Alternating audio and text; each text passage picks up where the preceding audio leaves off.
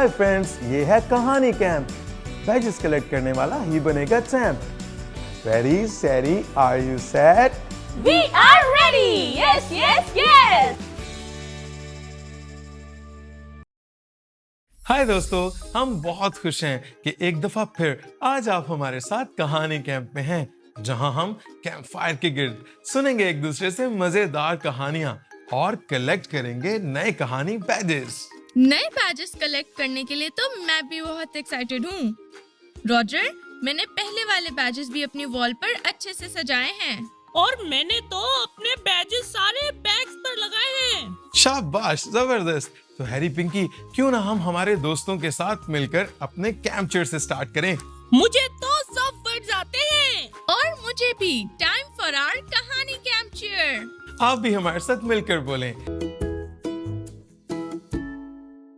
Hi friends, ये है कहानी कैंप। बैजेस कलेक्ट करने वाला ही बनेगा champ. Ready steady are we set? We are ready! Yes, yes, yes! बहुत खूब। आप सबने ये कैंप चेयर बहुत अच्छे से याद किया। दोस्तों, याद है पिछले कहानी कैंप में हमने यीशु की बताई हुई तमसीलों के बारे में सीखा था। ओह हाँ, मुझे याद है। तमसील वो कहानियाँ हैं जो यीशु ने हमें सुनाई, ताकि हम उनसे नई और अच्छी बातें सीख सकें। जबरदस्त, शाबाश पिंकी, ये सब याद रखने के लिए। रॉजर, तो इस दफा हम क्या सीखेंगे? अच्छा सवाल है हैरी, लेकिन इसका जवाब देने से पहले मुझे ये बताओ, क्या कभी तुमने कोई असूल तोड़ा है? कल मैंने पिंकी के बैग से उसकी चॉकलेट बिना पूछे निकाल कर खा ली थी। और जब मैंने तुमसे पूछा तो तुमने कहा कि तुम्हें उनके बारे में कुछ नहीं पता। हाँ, पिंकी, तुम्हें पता भी नहीं चला। मेरे ख्याल से ये असूल तोड़ना नहीं हुआ है ना रॉजर? गलत हैरी, एक तो तुमने चोरी भी की और झूठ भी बोला, जो कि बिल्कुल भी अच्छी बात नहीं है। मैं तो सिर्फ मजाक कर रहा था। I am sorry Pinky. कोई बात नहीं हैरी, लेकिन तुम्हें इस बात का एहसास तो हुआ कि असूल तोड़ना अच्छी बात नहीं है, और माफी मांगने के लिए थैंक यू। जबरदस्त। तो दोस्तों, इस कहानी कैंप में हम 10 अहकाम और उनके नताइज के बारे में सीखेंगे। दोस्तों, पता है 10 अहकाम बाइबल के पुराने अहदनामे में खरूज की किताब में पाए जाते हैं। ओह, खरूज मतलब के एक्सोडस, जो बाइबल की दूसरी किताब है। वाह पिंकी, लेकिन क्या तुम्हें पता है ये असूल खुदा ने हमें क्यों दिए? दोस्तों, ये असूल खुदा ने हमारी हिफाजत के लिए बनाए, ताकि हम अपना और दूसरों का ख्याल रख सकें और इस पर अमल करके हम एक अच्छी और बेहतर जिंदगी गुजार सकें। वाह रॉजर, और बताओ इन अहकाम के बारे में। तो सुनो, ये बहुत देर पहले की बात है, जब इस्राएली लोग मिस्र में गुलाम थे। इस्राएली लोग खुदा की चुनी हुई कौम थी, जिनसे वो बहुत प्यार करता था। लेकिन इस्राएली कौम वहाँ पर गुलाम क्यों थी? हैरी, ये उस वक्त की बात है जब इस्राएली लोग भी मिस्र में रहते थे। खुदा ने उन्हें चुना और बहुत बरकत दी। इस्राएली कौम बढ़ने लगी और ज्यादा ताकतवर होने लगी। मगर उस वक्त एक बहुत जालिम बादशाह आया, जिसका नाम था फिरौन, जो मिस्र पर हुकूमत करता था। इस्राएली कौम को बढ़ते देखकर वो डरने लगा। तब उसने एक हुक्म जारी किया कि सब इस्राएलियों को उसकी गुलामी में डाल दिया जाए, ताकि कोई भी उसकी जगह न ले पाए। ओह, ये तो मुझे पता है, मैंने संडे स्कूल में सीखा था। फिरौन बादशाह खुद को खुदा मानता था और लोगों को मजबूर करता था कि वो उसको सजदा करें। ठीक कहा तुमने पिंकी। फिर खुदा ने मूसा नबी को चुना कि वो इस्राएलियों को गुलामी में से निकालकर वादे की सरजमीन में ले जाएं, यानी कि प्रॉमिस लैंड में। प्रॉमिस लैंड मतलब? जी हाँ, खुदा ने इस्राएल से वादा किया कि वो उनको एक अपना आजाद मुल्क देगा, यानी मुल्क केनान, जिसको हम प्रॉमिस लैंड भी बोलते हैं। ओह, ये भी अच्छा है। वहाँ उन पर कोई जुल्म तो नहीं करने वाला होगा। लेकिन उनका ये सफर इतना आसान भी नहीं था हैरी। फिरौन से आजाद होने के बाद इस्राएली कौम 40 साल तक बियाबान में ही सफर करते रहे। 40 साल? जी हाँ हैरी, एक बहुत लंबा अरसा। और उस दौरान इस्राएली लोग खुदा से दूर होने लगे और उसके वादे पर शक करने लगे। वो बुत परस्ती में गिर गए और खुदा की नाफरमानी भी करने लगे। और तब खुदा ने एक मंसूबा तैयार किया। वो क्या? एक दिन खुदा ने मूसा को एक पहाड़ पर बुलाया जिसका नाम कोहे सीना था। तब खुदा ने अपने लोगों के लिए कुछ अहकाम दिए जो मूसा नबी को पत्थर की 2 तख्तियों पर लिखे मिले।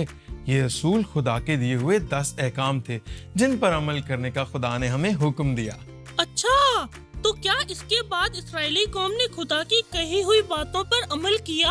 मैं समझ सकती हूँ कि मूसा नबी के लिए ये कितना मुश्किल होगा ना। जी पिंकी, क्योंकि खुदा के असल मंसूबे को सिर्फ वही जानता था, इसलिए पहाड़ से उतरते ही सब लोगों को एक जगह इकट्ठा किया और उन्हें 10 अहकाम बताए। और ये था खुदा का सबसे पहला हुक्म, मेरे हुजूर तू गैर माबूदों को ना मानना। मुझे समझ आ गया। खुदा ने ये हुक्म इस्राएली कौम को याद दिलाने के तौर पर दिया, क्योंकि वो खुदा की राह से भटकने लगे थे और उसकी नाफरमानी करने लगे थे। और इस हुक्म से खुदा ने ये याद दिलाया कि वही अकेला और वाहिद खुदा है जो उन्हें गुलामी से निकाल कर लाया था। बिल्कुल सही हैरी पिंकी। दोस्तों, हमारा एक ही जिंदा खुदा है जो पाक है, याहवे, जिसने हम सबको बनाया और हमें सिर्फ उसी की इबादत करनी है। जी हाँ दोस्तों, हमें सिर्फ एक ही खुदा को मानना है। बिल्कुल, इसीलिए खुदा ने कहा कि ये दुनिया में कोई भी चीज, जानदार, बेजान, आसमान पर, जमीन पर या बेशक पानी में ही क्यों ना हो, हमें उनकी इबादत नहीं करनी, हमें सिर्फ जिंदा खुदा की इबादत करनी है। क्योंकि ये सब चीजें भी खुदा ने ही बनाई हैं और सब चीजों का इख्तियार भी उसी के हाथ में है। इसीलिए हमें खुदा को अव्वल दर्जे पे रखना है और ये भी कि हमें हमेशा उसी की बातों को मानना है। शाबाश पिंकी हैरी, क्यों ना हम अपने दोस्तों को ये हुक्म एक मजेदार कहानी के जरिए समझाएं ताकि हम सब इसको और अच्छे से समझ सकें। रॉजर, मेरे पास ऐसी ही एक कहानी है, सुनाऊं क्या? जरूर सुनाओ पिंकी। ओके, तो सुनो। आनिया के घर पर एक शादी का फंक्शन था जिसके लिए उसने अपनी दोस्त मरियम को भी दावत दी और वहाँ जाने के लिए मरियम तो बहुत ही एक्साइटेड थी। शादी, मजेदार खाने, पार्टी, तुम्हें तो पता है ना मुझे ये सब कितना पसंद है। उफ हैरी, तुम भी ना बस खानों का ही सोचते रहते हो, कभी ध्यान से स्टोरी भी सुना करो। अच्छा, अब ध्यान से सुनूंगा पक्का।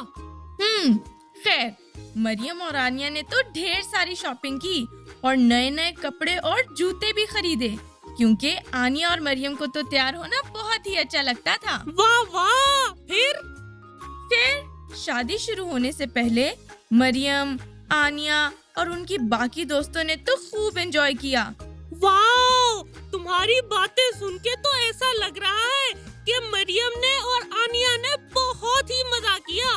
हाँ हैरी, लेकिन जब शादी का फंक्शन शुरू हुआ तो वहाँ बहुत सारी ऐसी रस्में थीं जो मरियम ने तो पहले कभी नहीं देखी थी, क्योंकि उसकी दोस्त आनिया और उसके खानदान का अकीदा मरियम के अकीदे से फर्क है।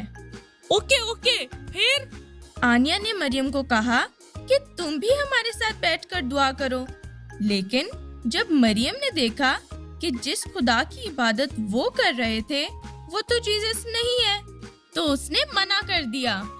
लेकिन पिंकी, क्या मरियम के इनकार करने से आनिया को बुरा तो नहीं लगा? मरियम ने आनिया को बहुत ही प्यार से समझाया और क्योंकि वो दोनों बहुत अच्छी दोस्त थीं और एक दूसरे को समझती थीं, तो उसने मरियम की बात का बिल्कुल भी बुरा नहीं मनाया।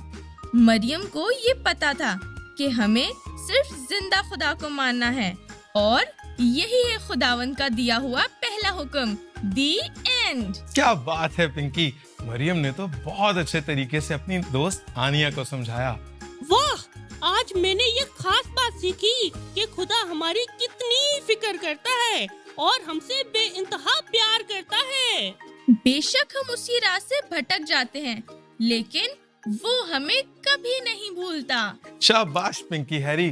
चलो अब देखते हैं तुम दोनों को आज की कहानी में से कितना कुछ याद है, क्योंकि अब वक्त है कहानी क्विज का।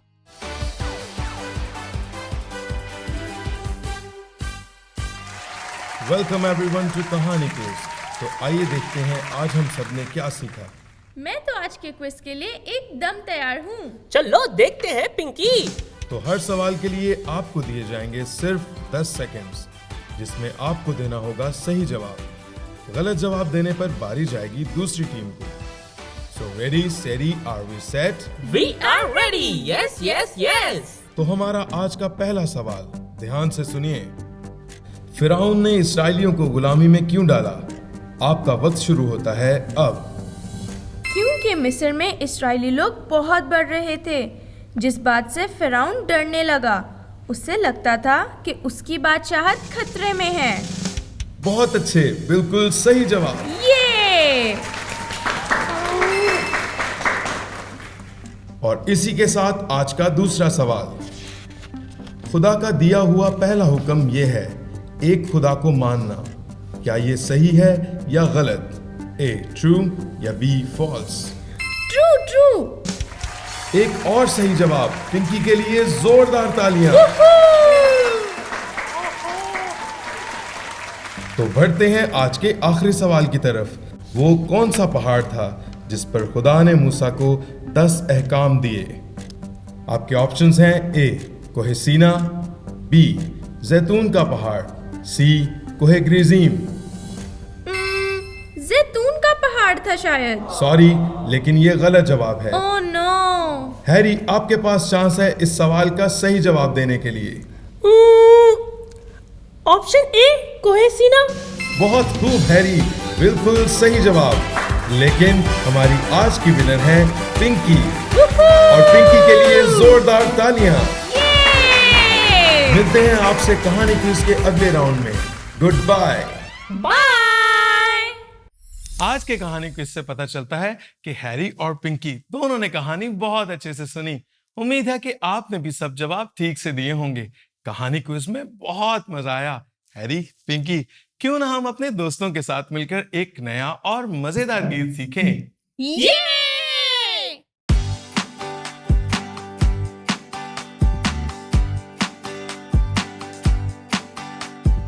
एक है खुदा हमारा, एक है खुदा, एक है खुदा हमारा, एक है खुदा।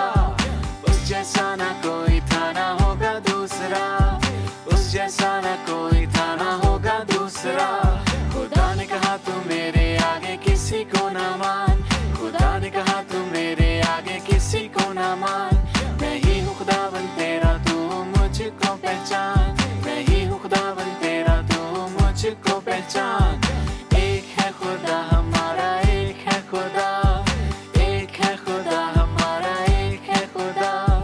उस जैसा ना कोई था ना होगा दूसरा, उस जैसा ना कोई था ना होगा दूसरा। इस्राएल कौम को किया मिस्र से रहा, इस्राएल कौम को किया मिस्र से रहा। वो आज चलता साथ हमारे, डरने की क्या बात, वो आज चलता साथ हमारे, डरने की क्या बात। एक है खुदा हमारा, एक है खुदा, एक है खुदा हमारा, एक है खुदा। उस जैसा ना कोई था ना होगा दूसरा, उस जैसा ना कोई था ना होगा दूसरा। खुदा ने कहा तू मेरे आगे किसी को ना मान, खुदा ने कहा तू मेरे आगे किसी को ना मान। मैं ही हूँ खुदावन तेरा, तू मुझको पहचान। मैं ही हूँ खुदावन तेरा, तू मुझको पहचान। एक है खुदा हमारा, एक है खुदा, एक है खुदा हमारा, एक है खुदा। उस जैसा ना कोई था ना होगा दूसरा, उस जैसा ना कोई था ना होगा दूसरा। इस्राएल कौम को किया मिस्र से रहा, इस्राएल कौम को किया मिस्र से रहा।